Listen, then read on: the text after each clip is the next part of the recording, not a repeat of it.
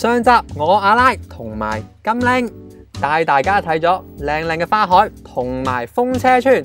今集我哋嚟到鹿特丹，係荷蘭第2大城市嚟嘅。由阿姆斯特丹嚟鹿特丹只需要搭半個鐘火車就嚟到噶啦。我哋仲喺火車站遇到個識講普通話嘅荷蘭人添。我說一點點。哦，你說一點點，我說一點點。唔得意。我哋問佢，我哋用普通話問佢問題，睇下佢識唔識答我。跟住佢可能會答係啊係啊咁樣。你吃飯了沒有？你是美女。美女。他到了也。No, I don't like that. 鹿特丹最大嘅特色就係佢哋嘅建築啦，就好似呢啲方塊屋咁。呢度嘅建築意念係嚟自城市裏面嘅森林，每一間屋都好似一棵樹咁。唔好睇佢的的色色啊，真係有人住噶。而其中一間就係開放俾遊客參觀嘅。嚟到第一層，左邊係買入場票嘅地方，右邊係客廳。望出窗外面先。哦，原來係隔離鄰舍啲屋頂啊！喂，幾得意喎！上多層嚟到睡房啦，張床係幾舒服嘅。我覺得喺呢度住嘅話呢，好有壓迫感啊！嚟到嘅感覺好似睇示範單位咁，成間屋1000尺左右啦，樓底又唔高，真係生高啲就會冚頭噶啦。金玲上到嚟最高呢層咯，覺得點先？呢間屋真係好得意啊！等我快啲影翻張相先，哈哈哈哈！如果大家想平平地睇晒成個城市嘅景色，搭摩天輪係唔錯嘅選擇嚟噶，仲可以一次過睇晒原北屋同埋俾水管包圍住嘅圖書館添。哇！呢度嘅景真係冇得彈啊！如果夜晚嚟，可能仲靚添啊！呢度係全個荷蘭食漢堡包最出名嘅地方。佢嘅建築設計係由我哋嘅房東，亦都係一位建築師 Martin 一手包辦嘅。見人哋食得咁滋味，我哋都唔好執輸，快啲嗌啦！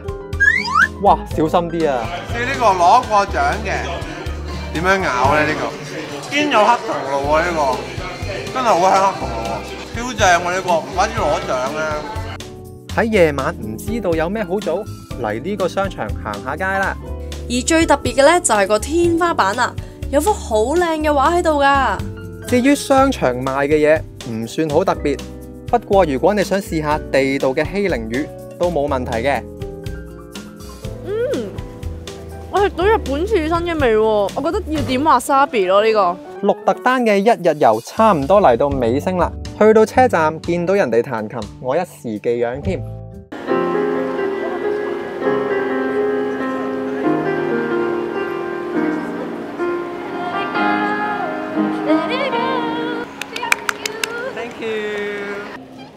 回想起荷蘭呢個旅程真係好難忘，由當初籌備到節目出街嘅呢一刻，都好似發咗場夢咁。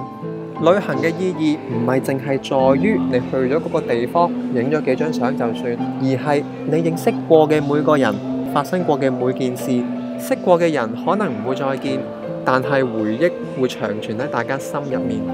每次離開香港去到另一個國家，感受唔同嘅風土人情，都好似去咗另一個時空咁。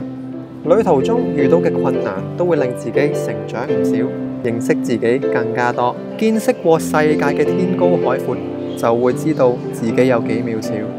亦都要多謝金玲陪我度過咗咁漫長嘅旅程。我阿拉做人嘅宗旨好簡單，唔係傷天害理嘅事，開心咪做咯。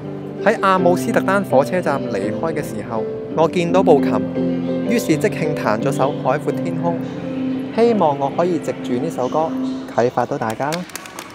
喂，阿拉，睇唔出你都有翻2道散手喎。好啦，荷蘭我哋就玩住咁多先，下一站我哋會飛到丹麥嘅首都哥本哈根啊！大家千祈唔好錯過啦，拜拜。